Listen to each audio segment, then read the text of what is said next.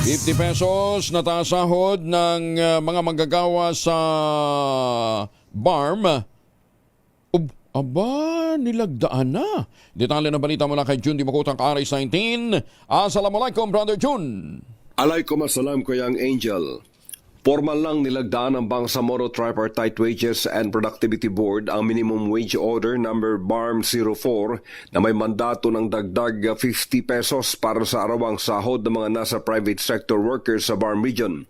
Lumagda sina punong ministro ng BARM Abdul Rauf Makakwa at Minister of Labor and Employment BARM Minister Muslimin Gisema sa signing ceremony sa Mole Regional Office sa Bangsamoro Government Center sa Cotabato City.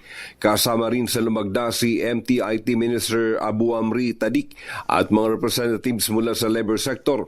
Ayon kay Chief Minister Makakwa, naniniwala siyang hindi tunay ang kapayapaan kung walang dignidad o disenteng kita sa trabaho ang lahat ng Bangsamoro. Sa ilalim ng moral governance, sisiguraduhin naman ng Government of the Day ng BARM na maramdaman ng bawat manggagawa ang bunga ng kapayapaan.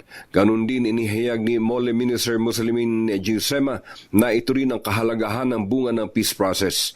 Sa Cotabato City, ang minimum wage para sa non-agricultural workers ay tumaas mula sa 361 pesos na ngayon ay naging 411 pesos na, habang ang mga workers naman sa agricultural sector, yung mga nasa plantation at non-plantation mula sa 336 pesos, ngayon ay nasa 386 na.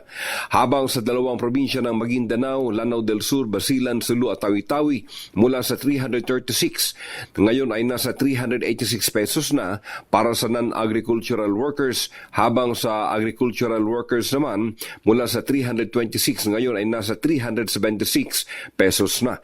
Sa SGA naman mula sa 341 pesos arawan, ngayon ay nasa 391 pesos na para sa non-agricultural workers, habang ang agricultural and retail sectors naman mula sa 316 pesos umakyat na ito sa 366 pesos.